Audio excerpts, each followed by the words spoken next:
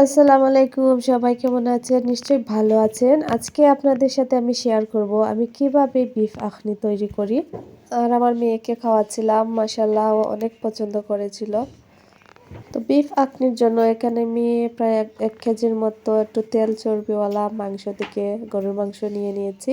এখানে আমি 1 টেবিল চামচ আদা রসুন বাটা দিয়ে দিয়েছি, সাথে 1 চা চামচ লবণ দিয়ে দিলাম, আধা চামচ ধনিয়ার গুঁড়ো দিয়ে দিলাম, আধা চামচের চেয়ে একটু কম মরিচের গুঁড়ো, আধা চামচ জিরার গুঁড়া, হালকা একটু হলুদ আর 5 ফোড়ন দিয়ে দিব, সাথে গরম মশলাগুলো দিয়ে দিয়েছি। এখন ভালো করে সব কিছু মিক্স করে নেব আর কেটে রাখা পেঁয়াজগুলো দিয়ে দেবো। এখানে আমি 6টা পেঁয়াজ দিয়েছি।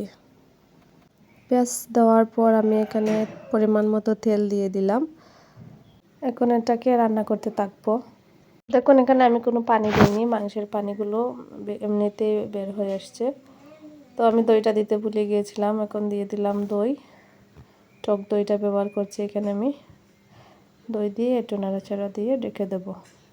1 কেজি মাংসের জন্য আমি এখানে 1 কেজি চিনি গুঁড়া চাল নিয়ে নিয়েছি। 30 মিনিটের মতো ভিজিয়ে রাখবো। এদিকে আমার মাংসটাও হয়ে এসেছে। এদিকে আমি পোলাওটা বসিয়ে দেব। প্রথমে তেল দিয়ে দিলাম আর এখানে 2টা পেঁয়াজ দিয়ে দিয়েছি।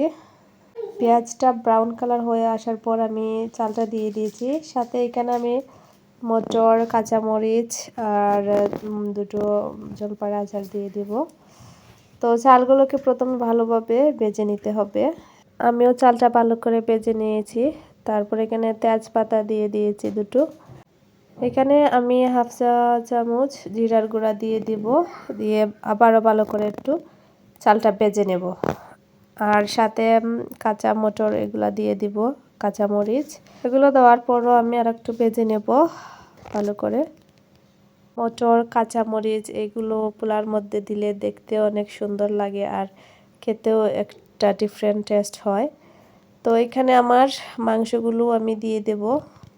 এইভাবে আলাদা মাংসটাকে রান্না করে পোলার সাথে তারপর দিলে আমার কাছে পোলাওটা রান্না করতে অনেক সহজ লাগে। আপনাদের সাথেও শেয়ার করলাম, আপনারাও এইভাবে রান্না করবেন, তাহলে দেখবেন অনেক সহজ মনে হয়।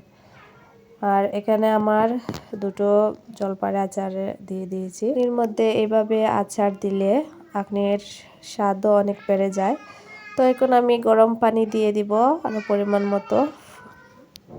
এই আখনি রান্নার পানি দেওয়ার ব্যাপারটা কিন্তু অনেক ইম্পর্টেন্ট, কারণ কম বেশ হলে কিন্তু পুরো আখনিটাই নষ্ট হয়ে যায়।